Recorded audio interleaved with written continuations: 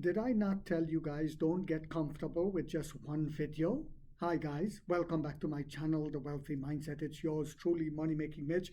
And as usual guys, this is not financial advice. Please do your own due diligence and research. What do I have for you guys yet again? Well, let's start with this. The L90 is on track for what the Emperor William Lee, the CEO of NIO, said it will do for the month of August. This is one of the reasons why the stock spiked yesterday, because they saw the delivery numbers of the L90 is lining up to possibly even exceed what he said for August. Also, another reason why the stock spiked yesterday is because real investors saw, with the strategic move by lowering the price of the 100 kilowatt hour battery pack, knowing that it will not affect our margins, as I spoke about in my last video, due to the locked in prices that NIO CEO, in such an intellectual manner, such an intellectual way in which he's running the company, kept the prices fixed with the supply chain. What else is happening? We're entering real market competition now. So we need to set a price that's truly competitive, a price that fits, said the CEO, William Lee. That was William Lee's response during a live stream last Saturday when asked about pricing for the third generation ES8. His words carried a hint that the SUV may debut at a figure few had expected. It's getting yummy for the tummy, guys. The shorts are pooping in their nasty pants. Don't worry, I have rope for them. I have even gasoline and weed killer, and if all else failed, the machete is there.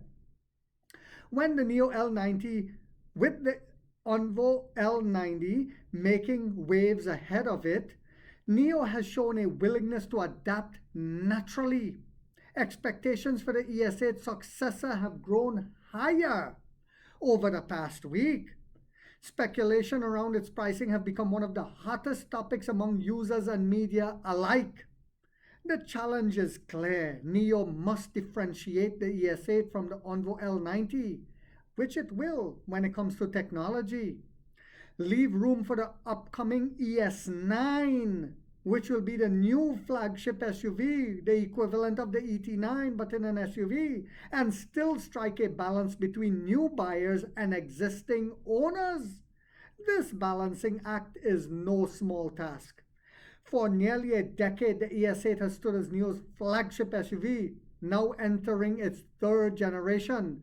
The question is, what kind of pricing strategy will NIO adopt for its 6-seat all-electric SUV? And just how big is the market it's aiming for? Absolutely worth over 500,000 yuan.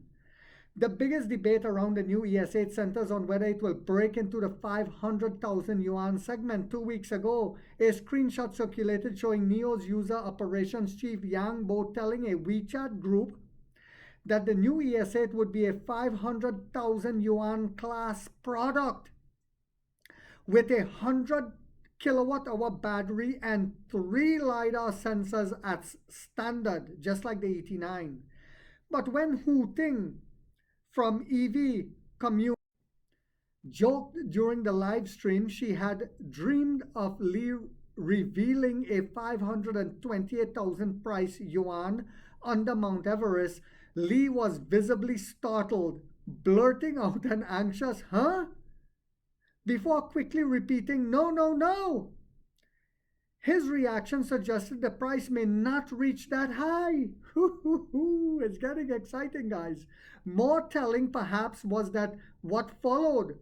Lee said the ES8 would absolutely be worth more than 500,000 yuan, but then shifted to emphasize how NIO has improved internal efficiency and optimized its cost structure. He pointed to the Onvo L90, a full-size SUV launched at a surprisingly low price, yet still carrying reasonable margins, as proof of NIO's progress. It's getting very exciting, guys. Harvest time. It's time to reap. The L90, a culmination of 10 years of in-house research and development and tighter cost control showed that NIO is finally ready to fight head-on in the mass market. Consumers are hoping the ES8 will repeat that formula, upgraded specs, but with a price tag that surprised on the low side. Lee's repeated remarks about setting a truly competitive price, his stress on efficiency gains, and his promise to give existing NIO users some extra. Let me say that again.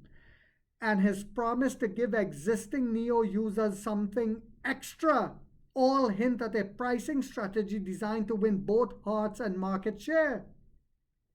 And let me also say this, guys. William Lee, on the day he entered the New York Stock Exchange and rang the bell, he said a NIO car will be able to go anywhere that a gasoline car can go. And we're seeing it come to fruition by us being able to go to Mount Everest. No other EV company in the world can do that. So will the ES8, starting with a 4 in front as some predict? Or will it remain aligned with its flagship image at the 500,000 yuan mark? Looking back, the first gen ES8 launched at 448,000 yuan. The second 528,000 and the current model 498. So we scale back again to less than the second generation, or 428 with battery as a service rental scheme, just close to what the second generation was. So are we going back to second generation price or even less? That pricing preserved the ES8 flagship aura, but sales never matched. Expectations averaging under 1,000 units per month for a company aiming to turn profitable by Q4. We had to increase margins. NIO may have no choice but to push harder. The competition pricing the new ES8 aggressively is not just about NIO's bottom line. Excuse me, guys. This 6-seat full-size EV SUV market is changing fast. This time the ES8 won't primarily face extended range rivals like Li Auto L8 because they have transitioned over to pure electric. Not going so well for them for now, but hopefully it gets better for them. Or the L9. Instead, its biggest benchmarks are expected to be Aito's all-electric M8 and M9. We coming for their lunch, their breakfast, their dinner, and their Guinness. For reference, the Aito M9 6-seat EV sells for 509,000 to 569,000. Chances are, that's yuan, the ES8 price and specs will be positioned directly against these models, yes it will, which have recently dominated China's large SUV segment. In this battle, NIO can learn on its design, user services, charging and swapping network, and its battery as a service leasing model.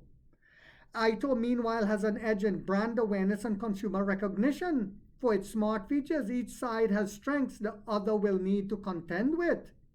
And we all see how battery as a service is now helping all of our models like the L90, bringing it at an affordable price point, when others were saying battery swapping is a waste.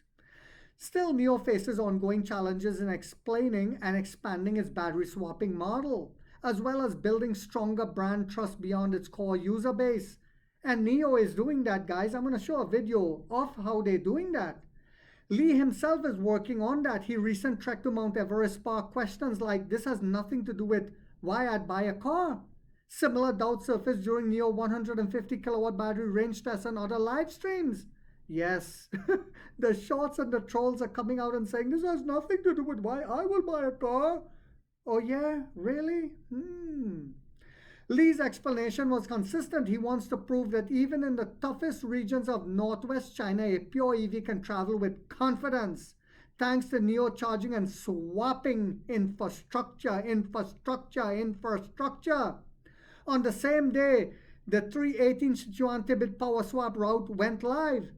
As one of the few automakers still committed solely to pure electric power, NIO has weathered years of skepticism. The real question now is whether 2025 is the year it can finally turn the narrative in its favor. And yes, it will. Alright guys, welcome back.